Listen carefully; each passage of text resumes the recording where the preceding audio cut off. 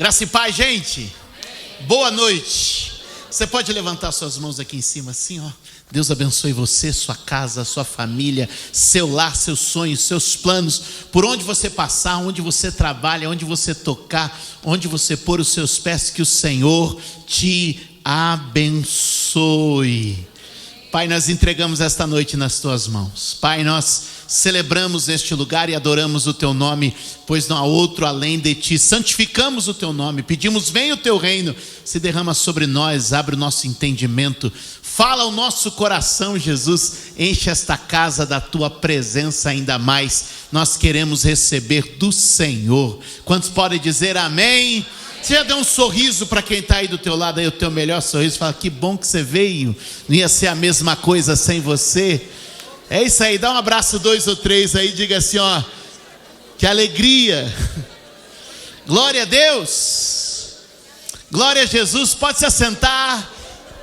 Louvado seja Deus, que privilégio para nós estarmos aqui com vocês, que alegria para mim e para minha família estar nesta casa, conhecendo uma parte da família da fé e servindo ao Senhor com vocês na noite de hoje. Eu estava com saudade de igreja, meu Deus, estou aqui há 15 dias, preguei em algumas igrejas, mas aquele domingo que a gente precisa buscar o Senhor, só que a gente está assim na ansiedade para estar na casa do Senhor. E que coisa boa poder estar com vocês aqui mais uma vez. Obrigado, pastor, pastora, por nos receber com tanto carinho. Me acompanhei minha família, viemos para a graduação da minha filha no Cefenai, ficamos um pouco mais e agora estamos aqui com vocês. Que privilégio. Pega a sua Bíblia, ela está no smartphone ou de papel, mas abra comigo no livro de Jó, no capítulo de número 42. Quando eu falei Jó, eu sei que você fala assim: ai não, Jó não. Mas o 42 já é a parte boa, então fica, vai valer a pena. Vai embora não. Vai embora não. Jó, capítulo de número 42. Enquanto você vai abrindo, como o pastor me apresentou, meu nome é Júlio, sou pastor da Igreja Cristã Mundial em Suzano. Estamos lá servindo ao Senhor naquela cidade, derramando nosso coração, nossa fé, nosso ministério naquele lugar, sendo uma igreja para a cidade. Muitas vezes a gente tem a mentalidade de conquistar uma cidade, e eu parei para pensar e falei: na verdade a gente está aqui para servir a cidade, para se dar a cidade. Deus não nos deu a cidade, mas nos deu a cidade. Eu creio que Deus deu vocês a essa região, deu vocês a essa cidade, e eu tenho certeza que o céu vai se abrir. Estou com a minha família, sou pastor há 28 anos, né? Comecei adolescente, como você percebe, prego há 30 anos, né? Sou casado há 27 e estamos aqui servindo ao Senhor com vocês hoje. Jó é um homem, olhe para mim, Jó é um homem que começa a sua história e termina a sua história no altar.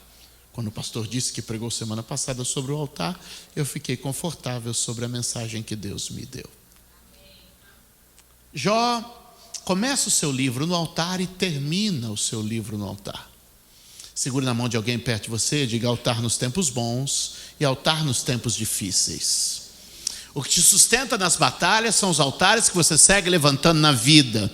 Muitas vezes o livro todo passou e ele só vai levantar um altar no começo e no final, mas o que sustentou no meio é o altar que ele levantou no começo. Faça um carinho no ombro de alguém e diga: comece sua semana levantando altares. Aleluia. Sua semana não começa amanhã pela manhã, sua semana começa agora, levantando o altar ao Senhor. Se agora que alguém pode levantar a mão e dizer amém. Sua semana não vai começar amanhã quando você bater o cartão, começar a contar o horário, ou começar a trabalhar. Não. Sua semana começa agora, levantando o altar neste domingo. A primícia da tua semana não é a tua primeira hora de trabalho, a primícia da tua semana é a tua hora no altar de Deus. Alguém pode dizer glória a Deus neste lugar? E deixa eu te dizer, muitas pessoas estão esperando o resultado para apresentar alguma coisa a Deus. Você disse o seguinte: antes do resultado chegar, eu já estou me apresentando a Deus. O problema é que muita gente só vai encontrar o altar depois de um resultado. Deixa eu te dizer, a gente prepara o resultado no altar. Agarra na mão de alguém e diga assim: você prepara o resultado no altar. Há um povo aí que faz promessa, que diz assim: ó, quando o Senhor me abençoar, se o Senhor me abençoar, eu vou fazer isso, eu vou fazer aquilo. Ei, o meu resultado, o meu altar não será um resultado, o meu altar será uma proposta. Alguém pode dizer amém? Então, você não está aqui e eu vou buscar a Deus se eu tiver o resultado. Não. Eu vou me propor buscar a Deus e o meu resultado virá em decorrência do altar. Quantos podem dizer amém? Jó é um homem que vive uma vida vitoriosa. Talvez a lista que você colocou de oração para o começo de ano, para o ano de 2026, para a sua vida, tem muito a ver com o que Jó vivia. Jó, primeiro, tinha um excelente relacionamento com Deus. A Bíblia mostra que ele era um homem que todos os dias tinha sua comunhão, sua devoção, sua entrega, seu altar, sua oferta, sua vida com Deus. A Bíblia também vai dizer que Jó estava indo bem nos negócios. Então, geralmente são os pedidos que a gente vai fazendo para Deus. Eu quero ter, em 2026 eu quero ter uma vida mais próxima do Senhor. Que nesse próximo período da minha vida eu quero estar mais perto de Ti, Senhor, e quero Te ouvir. Que coisa boa. Então, Jó agora também tinha sucesso nos negócios. Estava fechando um monte de obra, vendendo um monte de coisa, acontecendo, vendendo, comprando, construindo, plantando, colhendo, criando, estava tudo acontecendo. A gente colocou lá, talvez você também tenha colocado seus pedidos de oração. Senhor, me faz prosperar, me abençoe nos meus negócios, me torne uma pessoa próspera. Quantos querem ser prósperos em nome de Jesus? Deus tem alegria na prosperidade dos seus. Aleluia, Deus sorri na sua prosperidade. Posso ouvir um amém? E a Bíblia diz também que Jó tinha uma família unida. Seus filhos se reuniam cada dia na casa de um para jantar, comer, fazer festa. Jó era então realizado como pai, bem-sucedido nos negócios e um sucesso na sua vida com Deus. Talvez esses 3 pedidos a gente sempre coloca na vida. A gente quer sempre estar bem com Deus, estar bem com a família e bem no trabalho, não é? Quem está bem com Deus, está bem na família e está bem no trabalho, pode dizer assim: venci na vida, sou realizado, que coisa boa. E essa era a posição de Jó. Jó tinha tudo que a gente deseja e quer. Jó estava em uma posição privilegiada e elevada. A Bíblia diz, meus amados, que em certa ocasião os filhos de Deus se apresentaram diante de Deus. E então Satanás também passou por lá. O texto diz que então algo estranho para nós acontece. Porque nós estamos acostumados a um louvor que sobe, sim ou não? Um louvor que... Aliás, nós estamos em um momento do culto. Nosso culto é dividido em 2 fases, se você pode observar. Olha, o primeiro momento do culto, a gente tem louvor que sobe, tem oração que sobe, tem oferta que sobe. Não é verdade? É como se a primeira parte do culto a gente estivesse provocando a Deus. Enquanto estamos adorando, estamos provocando o céu, porque o louvor sobe. Enquanto estamos orando, a oração sobe. Enquanto estamos ofertando, a Bíblia diz também que a oferta sobe. Então, uma primeira parte do culto, como a gente teve aqui agora, só subiu. Mas agora é uma outra parte, porque a Bíblia diz que a palavra vem, porque a palavra veio a palavra do Senhor. Ou seja, enquanto a oração, louvor e oferta sobe, a palavra desce. Muitas vezes nós estamos acostumados, e falando de Jó, de um louvor que sobe, que é um louvor da terra para o céu. Da terra para o céu. Mas naquele dia a gente vê um sentido inverso do louvor, usando a palavra louvor como reconhecimento. Porque naquele dia não foi a terra reconhecendo o céu, mas pensa na beleza disso, foi o céu reconhecendo alguém da terra. O louvor não saiu dos lábios de um homem para Deus, mas saiu de Deus para um homem. Deus diz assim: você viu meu servo Jó? Não há ninguém como ele. A gente sempre canta para Deus: não há ninguém como tu. E Deus está dizendo: não há ninguém como tu. Já pensou? Deus fazer um louvor desse assim? Meu Deus. Deus exalta Jó. Deus honra Jó. Deus reconhece Jó. E Deus, diante de Satanás, diz assim: não há ninguém como meu servo Jó. Ele é reto, ele é temente, ele se desvia do mal, ele é abençoado, ele vive uma vida íntegra. O céu está reconhecendo. E eu posso dizer uma primeira palavra ao seu coração nesta noite: não se preocupe se a terra não reconhece, o céu reconhece. Talvez a terra está em silêncio, mas o céu está dizendo: eu sei quem ela é, eu sei como ela me busca, eu sei como ele me serve, eu sei da sua integridade. O céu reconhece. Quantos podem levantar a mão e dizer: o céu reconhece? Uau! Eu imagino que, então, nesse momento o céu parou, o diabo parou, falou: uau! Mas, irmãos, olha só, Nesse ponto vai surgir uma divisão de mentalidade. Um modelo mental do diabo e um modelo mental de Deus. Explico. O diabo dá uma resposta a Deus. Também. Como não? O Senhor dá tudo para ele. Olha, ele está saudável. Ele tem família. Ele tem dinheiro. Tudo que ele põe a mão dá certo. Ou seja, ele é resultado do que o Senhor dá para ele. Essa é uma mentalidade diabólica, carnal, terrena. Qual essa mentalidade? Se eu faço, eu tenho. E se eu tenho, eu sou. Ou seja, o diabo está dizendo para Deus: Jó só é o que é porque tem o que tem. Para o diabo, é o que a gente tem que faz quem a gente é. Para o diabo, é o que a gente possui que define a nossa identidade. Para o diabo, se tem é alguma coisa, se não tem, não é. Esse tipo de mentalidade é mundana. É um sistema que coloca o homem em uma armadilha. Porque a vida da gente passa a ser: eu faço muito para ter alguma coisa e quem sabe ser alguém.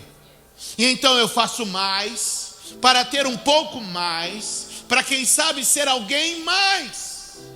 E a gente passa a vida e vai chegar à conclusão de Salomão: corri, corri, corri, e quando percebi eu só estava correndo atrás do vento. Porque essa mentalidade nos domina. Faço, tenho, sou. Faço, tenho, sou.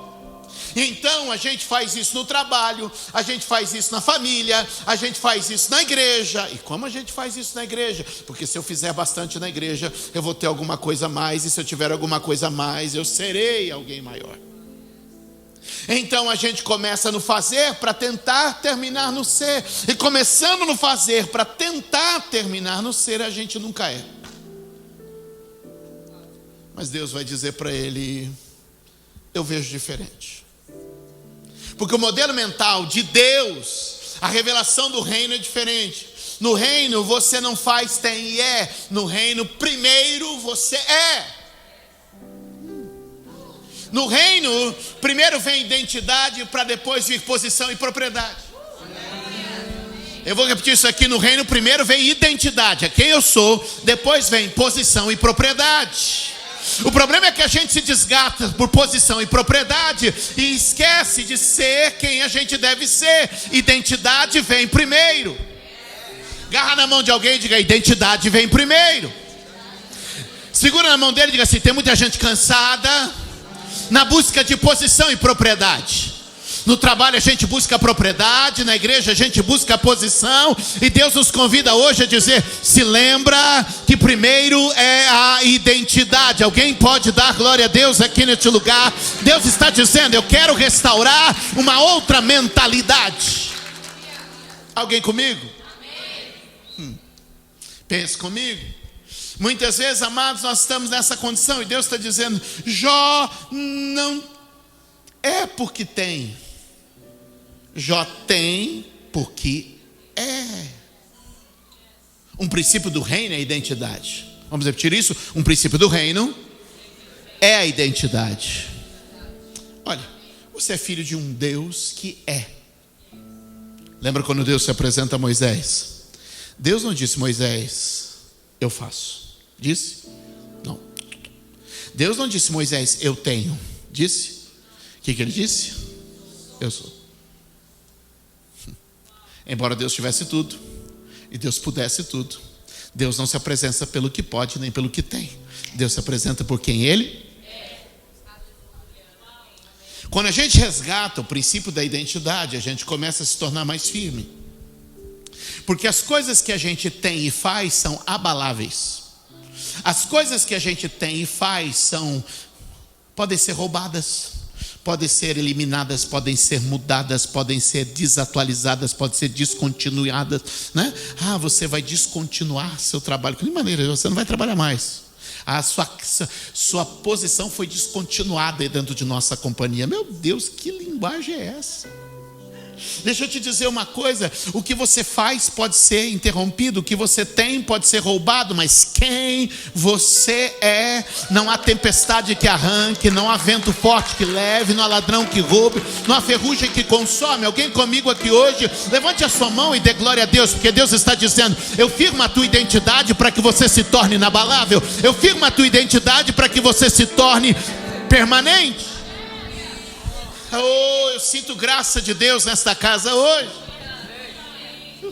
Então Deus diz para ele: Jó, não é porque tem. Jó tem porque é.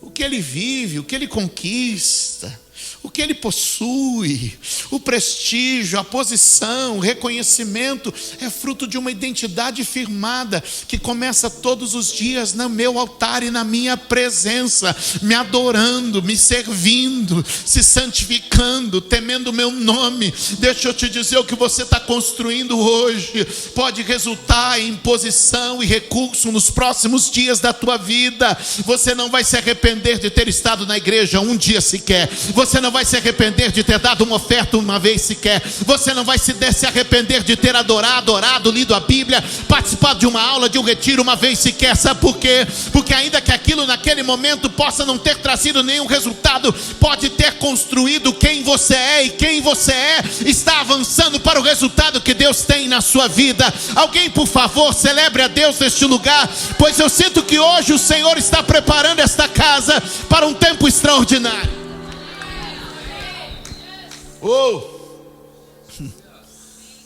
Então o diabo, não contente, lança um desafio. Vocês conhecem a história? E se tirar tudo que ele tem? E se tocar nas coisas que ele possui? E se tirar dele a posição que ele ocupa? E se interrompermos o seu progresso e sucesso, isso não muda ele? É onde a gente começa a entender que o diabo pode tocar no que a gente faz, que o diabo pode tocar no que a gente tem, mas ele não tem poder de tocar em quem a gente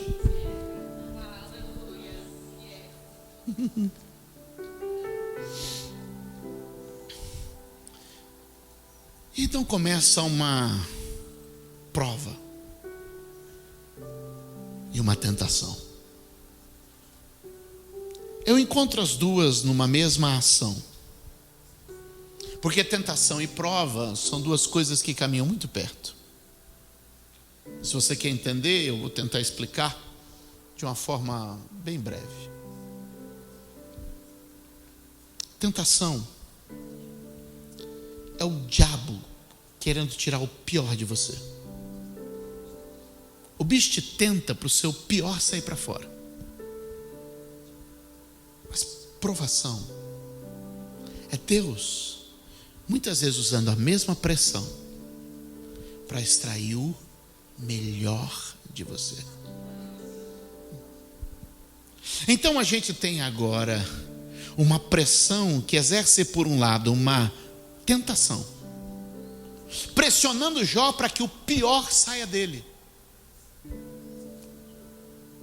E a mesma pressão trabalhando em Jó para que o melhor saia dele. Você precisa tomar uma decisão na pressão que sofre.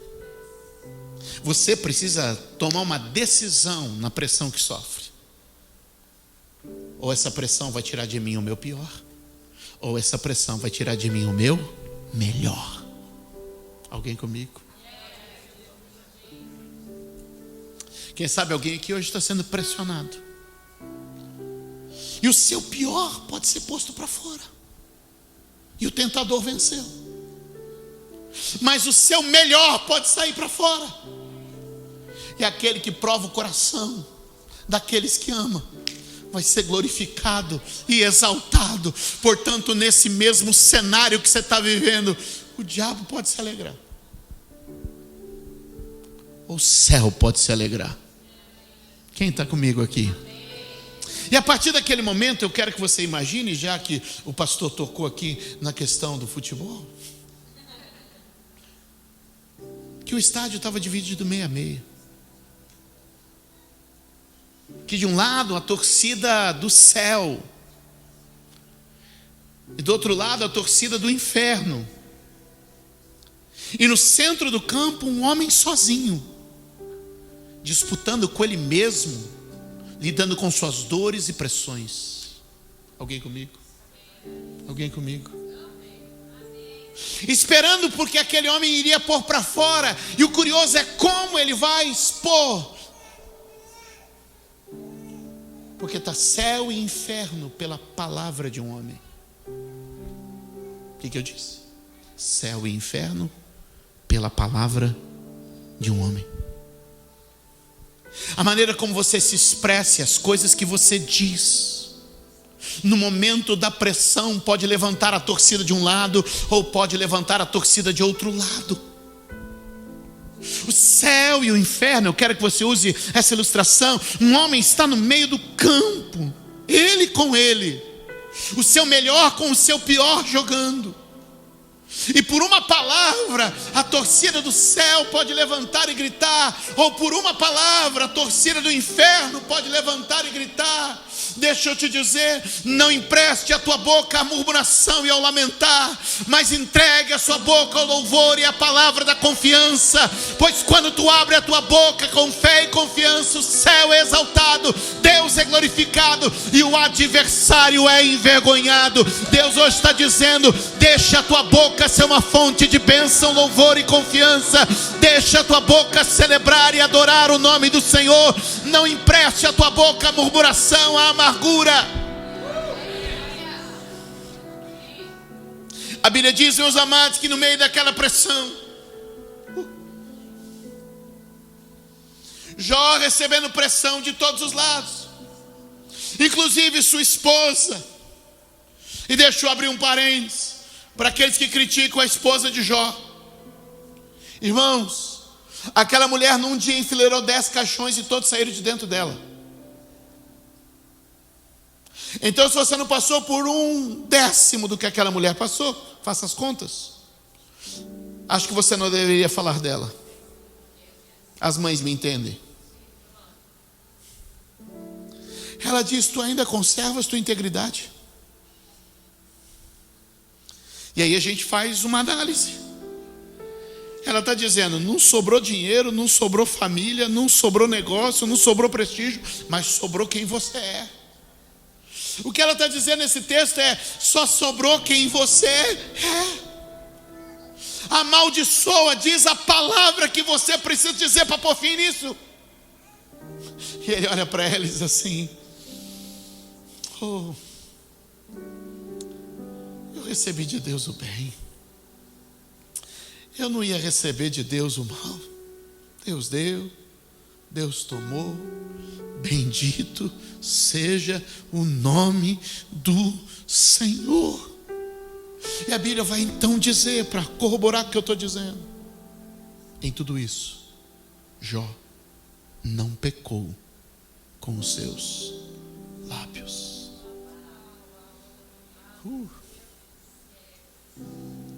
Não é o que entra pela boca do homem que o contamina, mas é o que sai, disse Jesus. De uma mesma boca, disse Tiago, não pode sair bênção e maldição, não tem boca flex.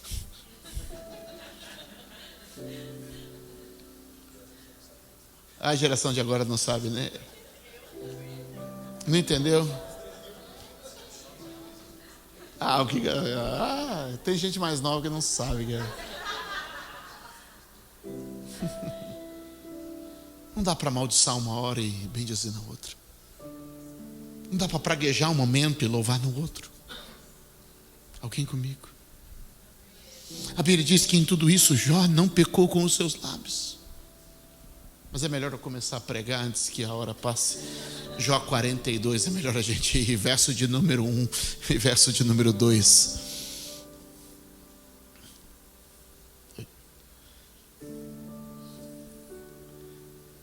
Todo livro gira em torno de uma resposta.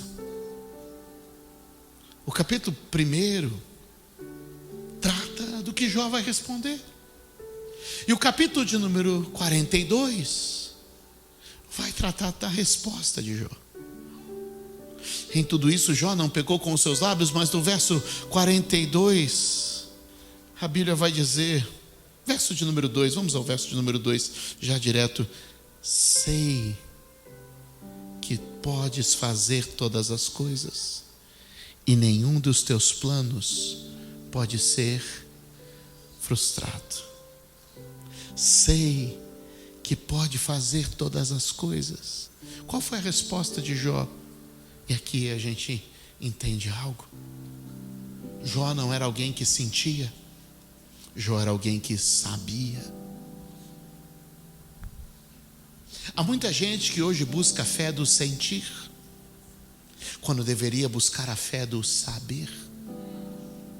Há muita gente que quer viver a fé da emoção, quando deveria associar a fé do sentimento também à fé do conhecimento. Jó não disse eu sinto, Jó disse eu sei.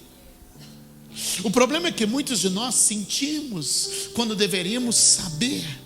E por que é importante saber? Porque saber permanece enquanto o sentir oscila. O sentir é variável, mas o saber é estável. Jó só permanece como permanece porque ele diz eu sei. Ele não diz eu sinto, ele diz eu sei. E o que eu sei, eu sei. Enquanto as coisas que eu sinto mudam ao longo do dia, da semana, do clima, da condição, da situação, do resultado, as coisas que eu sei permanecem estáveis e inabaláveis.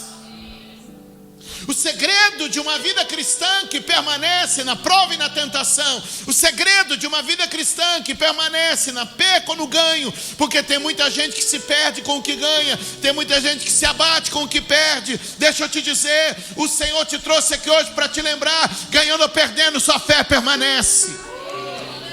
No sol, na chuva, sua fé permanece.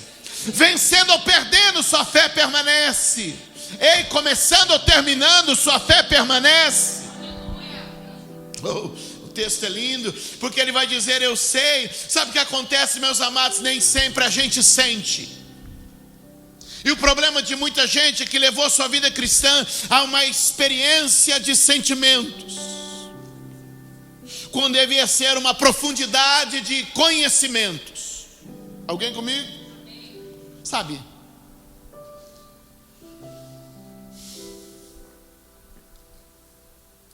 Eu posso acordar um dia bem, outro dia eu posso acordar mal. Faz parte da vida. Mas as coisas que eu sei permanecem comigo. Eu posso acordar um dia bem, ou no outro dia acordar, hoje eu não estou legal. Mas eu não acordo um dia e digo assim: cara, hoje eu não estou sabendo dirigir. Hoje eu não estou sabendo ler. Acontece com você? Comigo também não. O que eu sei, eu sei. O que eu sinto muda. O que eu sei permanece. Posso ser sincero? Posso abrir o coração? Não sei se o pastor vai me chamar de novo depois disso. Não é sempre que eu oro que eu sinto alguém do outro lado. Não é sempre que eu leio a Bíblia que eu sinto um fogo dentro de mim. Não é sempre que eu prego que eu sinto um rio correndo do meu interior.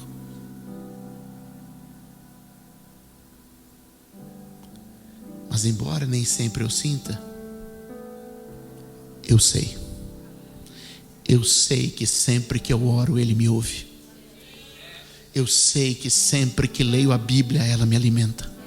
E eu sei porque sempre que prego a palavra não volta vazia, ela cumpre o propósito para o qual foi liberada. Ou seja, nem sempre eu sinto, mas eu sempre sei. Nem sempre eu sinto, mas eu sei. Tem dia que eu não sinto, mas eu sei. E o que eu vim te dizer é que a resposta de Jó foi perfeita, porque ele disse: eu sei. O que sustentou é o que ele sabia. Eu sei, eu sei, eu sei. Eu sei que Ele é Deus, eu sei que Ele é Senhor, eu sei que Ele é bom, eu sei que Ele cuida de mim, eu sei que Ele me guarda, eu sei que Ele me sustenta, eu sei que Ele me ampara. Nem sempre eu sinto, nem sempre queima, nem sempre ferve, nem sempre o vento sopra, nem sempre o chão treme, nem sempre o céu abre, nem sempre a sarça está em fogo, mas eu sei que Ele está ao meu redor. Eu nem sempre vejo anjo, eu nem sempre sinto sopro, mas eu sei que eu não estou só. Nem sempre há uma resposta audível,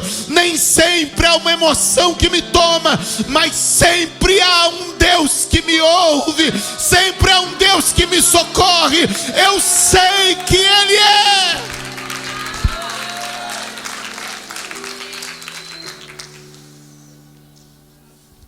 Mas o sei dele, podemos trabalhar um pouco nisso? É muito na qualidade do saber também. Porque a resposta dele é: sei que tudo podes. Sei que tudo podes.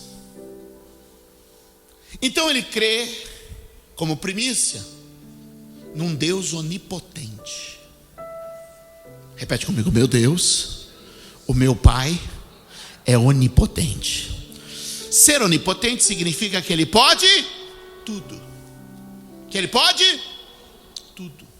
Deus pode tudo. O que Deus quiser, Ele pode.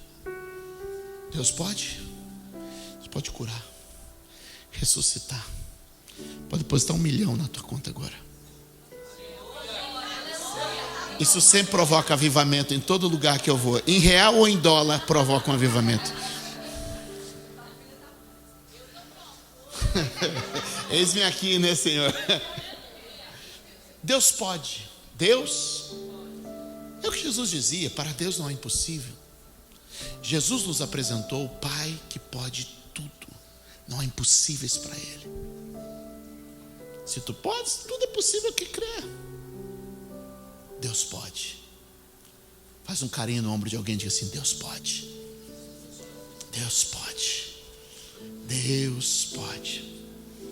Mas o problema é que muita gente busca o Deus que pode. Então cria expectativas que são irreais ao Evangelho. Há muito, aqui não tem, só no Brasil que tem essas coisas, que vende o Deus que é o gênio da lâmpada. Fala ou não fala? Vou falar. O Deus que atende pedidos. O Deus que está ali pronto. Como aquelas máquinas, né? Que você coloca $1, sai uma garrafinha d'água. Não é assim? Coloca uma moeda, sai um pacotinho de salgadinho. Deus pode tudo, sim ou não? Mas a Bíblia também vai ensinar, e por isso que a resposta de Jó é completa. Eu sei que tudo podes, mas nenhum dos teus planos pode ser. Ou seja, Deus não é apenas onipotente, Deus também é soberano. Diga comigo: onipotente e soberano.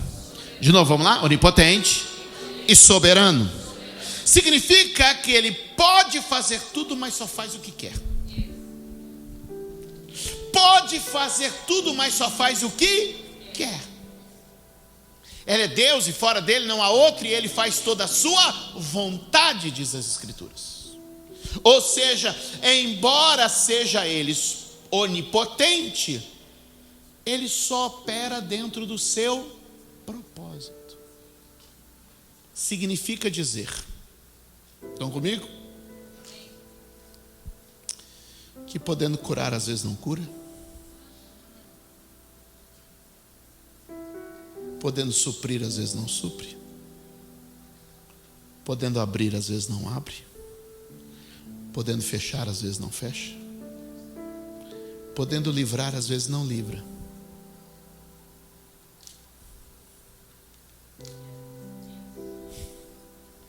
Então Deus pode tudo, inclusive não fazer nada. E isso não o muda, não afeta, porque tudo o que Ele faz combina dentro de um plano que é perfeito, que é bom e que é agradável. Porque tudo que Ele faz encaixa dentro de uma promessa e de um caminho que Ele já desenhou. Portanto, Ele vai dizer para mim e para você: a minha vontade é boa, a minha vontade é agradável, a minha vontade é perfeita. De certo que todas as coisas cooperam, contribuem para o bem daqueles que amam a Deus e que são chamados segundo o seu propósito. Ou seja, Deus está dizendo: nisso eu tenho propósito. Em fazer tenho propósito, em não fazer tenho propósito. Em agir tenho propósito, em não agir tenho propósito. Em fazer hoje ou fazer da semana que vem, em fazer agora ou fazer daqui a um ano. Deus está dizendo: o poder é o mesmo, o propósito é que muda. É por isso que às vezes aqui um é curado e o outro não é, um recebe e o outro não recebe. Para um chega o documento e para o outro não chega. Para um sai o contrato, para outro não sai. Você diz: como assim? A gente estava no mesmo culto, na mesma palavra, na mesma oração, e Deus está dizendo: o que eu posso está atrelado ao que eu quero, e o que eu quero está debaixo do que eu posso. Ou seja, você não duvide, Ele pode, mas Ele também quer. Ou seja, podendo fazer, só faz o que combina com o plano, e o plano é bom, o plano é agradável, o plano é perfeito, e no final tudo coopera. Essa é a resposta de Jó. Eu entendi que o Senhor pode tudo, e podendo tudo, só faz o que quer, e o que o Senhor quer é o melhor para mim.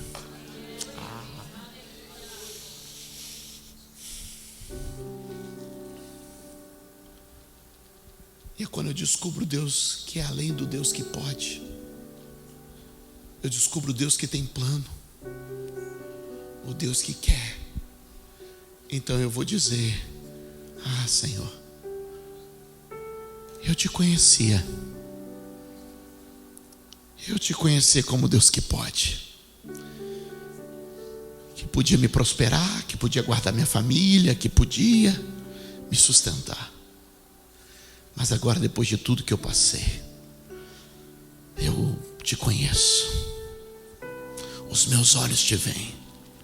Foi na minha dor que eu te enxerguei. Foi na minha luta que eu te enxerguei. Foi na minha humilhação que eu te entreguei. Foi quando eu vi as durezas da vida que eu te enxerguei. Eu não te enxergava como te enxergo agora, porque as vitórias não são tão pedagógicas nem tão reveladoras quanto os nossos vales e desafios. Portanto, eu talvez tenha vindo pregar para uma pessoa ou duas nesta noite para te dizer: tem coisas que você só vai aprender no que você está passando. Tem coisas que você só vai descobrir de Deus quando os tetos saírem da tua cabeça, as paredes saírem, e você se vê vulnerável e exposto a uma situação em que você não pode nada, apenas Deus pode tudo em sua vida.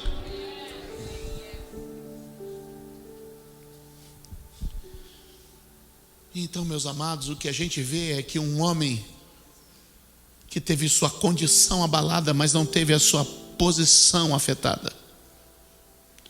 Condição abalada sem uma posição afetada. No verso de número 8 do capítulo 42, Deus vai falar com os amigos de Jó, um deles em especial. Deus vai visitar um homem rico. Deus vai visitar um homem próspero, que está bem com a sua casa, que está saudável, que está forte. Deus vai visitar esse homem e vai dizer para ele: ei, vão agora até o meu servo Jó. É curioso que Deus vai falar com o cara que está rico a respeito do cara que está pobre. Deus fala com respeito do cara, com o cara que está saudável sobre o cara que está doente. Vai falar com o cara que está com a sua família em casa quanto o cara que está amargando um luto. É curioso, porque Deus vai dizer assim, ó, verso 8: vão agora até o meu servo Jó. Até o meu? Está doente, mas é meu. Está quebrado, mas é meu. Está ferido, mas é meu. Vão agora até o meu servo. Ele pode ter perdido a condição, mas nunca saiu da posição. Ele pode ter mudado sua condição. A condição dele não é das melhores, a situação dele não é boa, mas ele continua sendo quem sempre foi. Era meu servo, continua meu servo. Levantava altares no passado, levanta altares no presente. Levantava altares quando era rico, levanta altares quando é pobre. Levantava altares quando estava saudável, está levantando altar quando está doente. Levantava altares quando os filhos estavam vivos, levantou altar depois dos filhos mortos. O que Deus está dizendo? Ele levanta altar, não tem domingo. O domingo que foi tudo bem, eu vou adorar. E o domingo que não foi, não vou. Se está tudo certo, eu levanto o altar. Se não está, eu não levanto. Deus está dizendo: eu recebo o teu altar, não recebo a tua posse. Eu recebo o teu altar, não recebo a tua obra. Ei, alguém comigo aqui hoje? Eu sinto uma graça de Deus sobre nós nesta noite. E eu sinto algo do Espírito Santo sobre nós. Sabe o que Deus está dizendo? Ei, você vai até Ele. Deus está dizendo para o cara rico: vai pedir oração para o cara pobre. Deus está dizendo para o cara saudável: vai pedir oração para o cara doente. Deus está dizendo para o cara que está bem: vai pedir oração para o cara que está quebrado e humilhado. Eu não entendo esse Deus. E Deus está dizendo: está pobre, está doente, está quebrado, está humilhado, mas é meu. A Ele eu ouço, a Ele eu escuto, a Ele eu atendo, com Ele eu falo.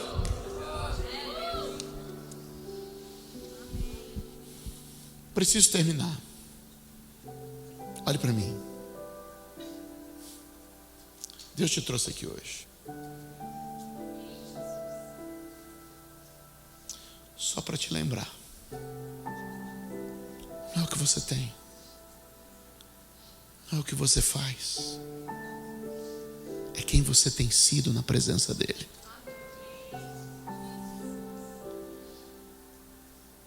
Ele é o Deus que tudo pode, mas é o Deus que tem propósito. É o Deus que espera de você a resposta certa da tua boca, que continua levantando um altar de louvor, um altar de oração, um altar de generosidade, um altar de temor e de vida, de santidade na presença do Senhor. O que Deus está falando é: a condição mudou, mas a posição permanece a mesma. Nesses 30 anos eu já preguei nas mais diversas condições. Já preguei doente, já preguei falido, já preguei em luto, já preguei angustiado. A condição muda de tempos em tempos, mas a posição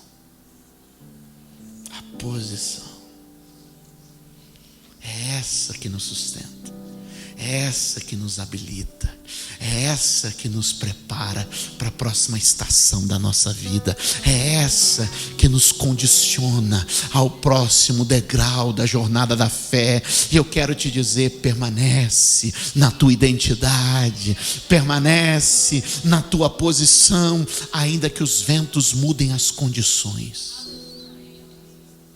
Fique de pé. Oh, aleluia.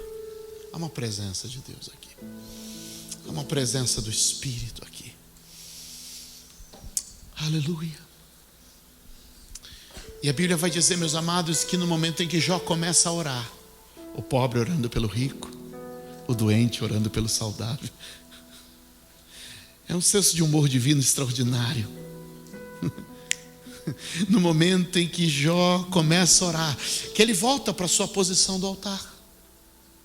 Como Jó nos é apresentado no capítulo 1? Intercessor.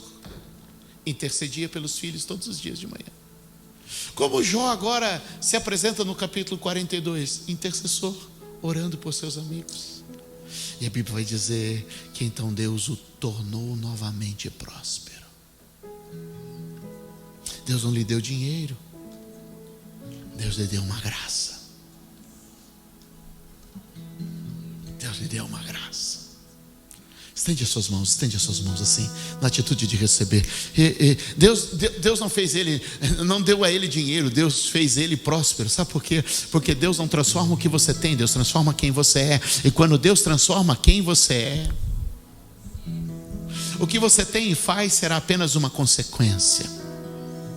E a Bíblia diz que as pessoas começaram a visitar Jó. E a Bíblia diz, faz assim, meu amigo do violão, faz assim.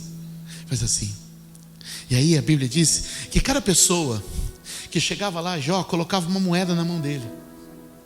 Agora pensa, Jó era um bilionário, era um homem riquíssimo, e agora alguém coloca uma moeda e um brinco, um anel. Eu pergunto, tem valor? Tem. Mas perto do que Jó tinha, o que é uma moeda e um anel? O que é algumas moedas e alguns anéis? Não é? Nada.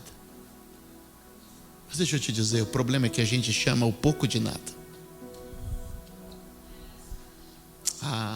Quase que eu começo a pregar de novo agora. A gente chama o pouco de nada. O problema é que a gente está sempre falando mal do pouco. A gente está sempre ignorando o que está escondido dentro do pouco. A gente está esperando que Deus trabalhe com o que a gente não tem, e Deus não trabalha com o que falta, Deus trabalha com o que tem. O profeta não chegou na casa da viúva e perguntou assim: o que falta na tua casa? Ele perguntou para ela: o que tem na tua casa? Deus não perguntou para Moisés: Moisés, o que te falta para libertar o meu povo? Ele perguntou: Moisés, o que você tem na sua mão? E ele disse: eu tenho um cajado, serve, bora com o que tem. Cutuca alguém e fala assim: bora com o que tem, com o que tem. É com o que tem que acontece. É com o que tem que as coisas acontecem. Jesus não pergunta quantos pães está faltando, Jesus pergunta quantos pães tem. Ei, começa com o que tem, começa com o que pode, começa como dá, mas começa. Então de repente ele tinha algumas moedas, perto do que ele tinha era nada. Ele tem alguns brincos, algumas bijuterias, ainda que de ouro, de prata, mas perto do que ele tinha não era nada. Mas olha a gente de novo chamando pouco de nada. Porque pouco é pouco e nada é. A diferença entre os dois é que o nada não é afetado pela multiplicação. O nada não é afetado pela multiplicação. E Deus não trabalha com soma, Deus não trabalha com subtração, Deus trabalha com multiplicação. A linguagem de Deus sempre foi multiplicar. De Gênesis a Apocalipse, Deus está multiplicando. Sempre Deus está falando sobre multiplicar. Ele diz a Adão: multiplique. Ele chama Abraão e fala: vou multiplicar. Ele chama os discípulos e diz: multiplique. As poucas moedas, aqueles brincos, para muitos ia dizer: é nada. Mas para quem tem uma graça,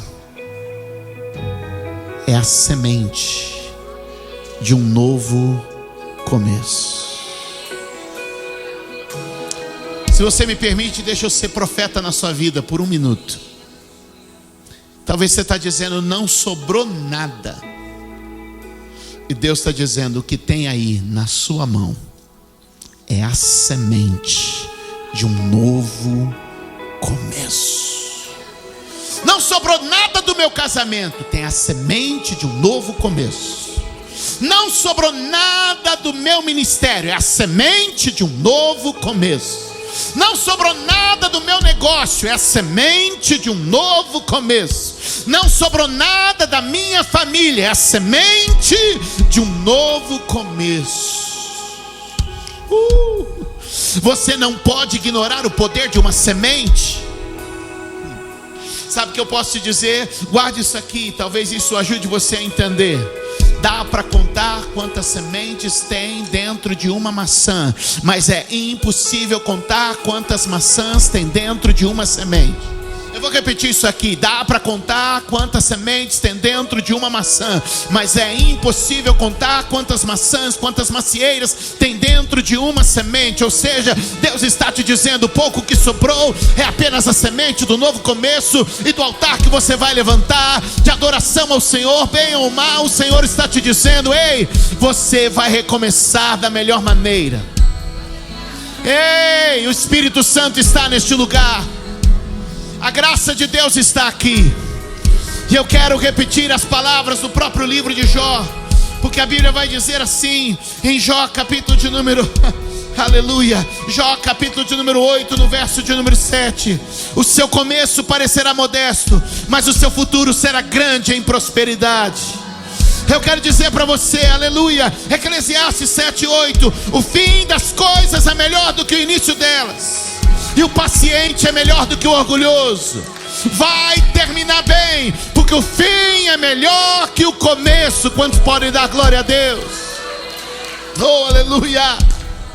Agarra na mão de alguém, chacoalhe e diga assim: vai começar pequeno, mas o fim é glorioso. Diga para ele: ó, o final é melhor que o começo. Ei, não vai embora, o bom vinho ainda está para ser servido. Não abandone a festa, o bom vinho ainda está para ser servido. Deus está neste lugar esta noite para te dizer: sobrou pouco, mas não é nada. E esse pouco é a semente de um novo começo. Você pode dar um aplauso a Jesus? Vamos adorar ao Senhor. Deus nos abençoe.